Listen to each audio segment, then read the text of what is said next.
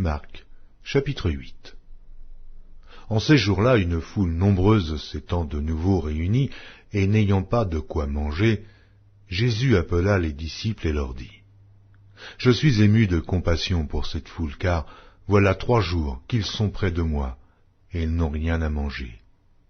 Si je les renvoie chez eux à jeun, les forces leur manqueront en chemin, car quelques-uns d'entre eux sont venus de loin. » Ses disciples lui répondirent : « Comment pourrait-on les rassasier de pain ici, dans un lieu désert ?» Jésus leur demanda : « Combien avez-vous de pain ? » 7, répondit-il.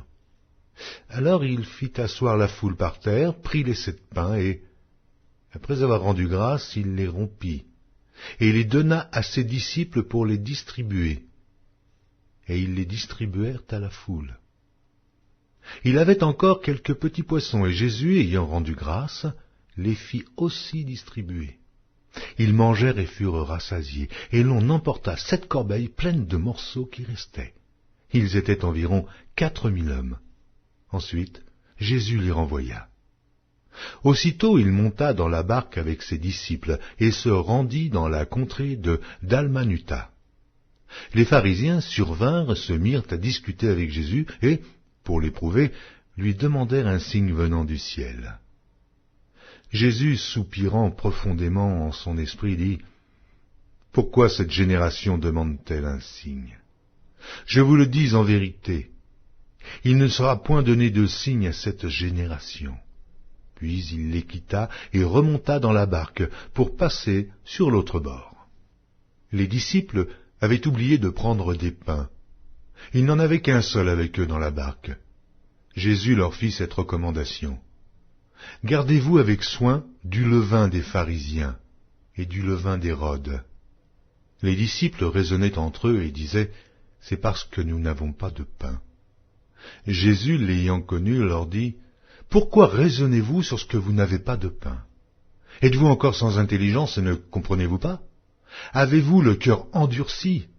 Ayant des yeux, ne voyez-vous pas ? Ayant des oreilles, n'entendez-vous pas ? Et n'avez-vous point de mémoire ? Quand j'ai rompu les 5 pains pour les 5000 hommes, combien de paniers pleins de morceaux avez-vous emportés ? 12, lui répondirent-ils.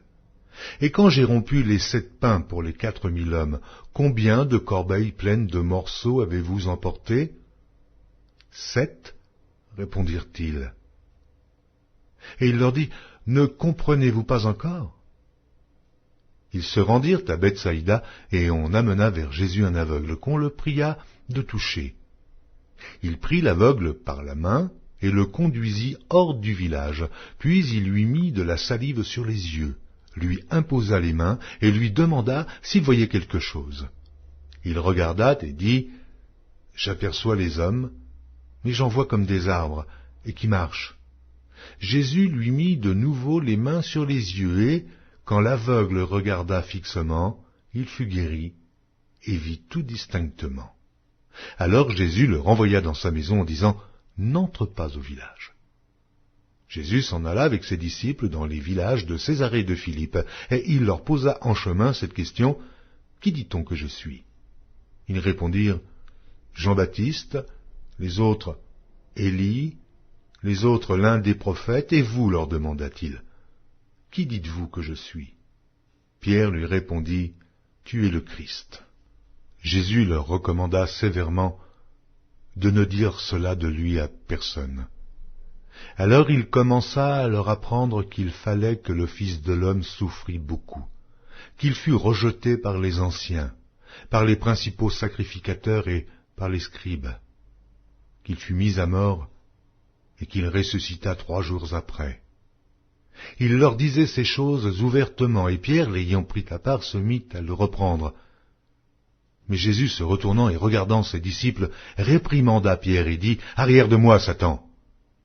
Car tu ne conçois pas les choses de Dieu, tu n'as que des pensées humaines. » Puis, ayant appelé la foule avec ses disciples, il leur dit : « Si quelqu'un veut venir après moi, qu'il renonce à lui-même, qu'il se charge de sa croix et qu'il me suive. Car celui qui voudra sauver sa vie la perdra, mais celui qui perdra sa vie à cause de moi et de la bonne nouvelle la sauvera. Et que sert-il à un homme de gagner tout le monde s'il perd son âme? Que donnerait un homme en échange de son âme? Car quiconque aura honte de moi et de mes paroles, au milieu de cette génération adultère et pécheresse, le Fils de l'homme aussi aura honte de lui quand il viendra dans la gloire de son Père avec les saints anges.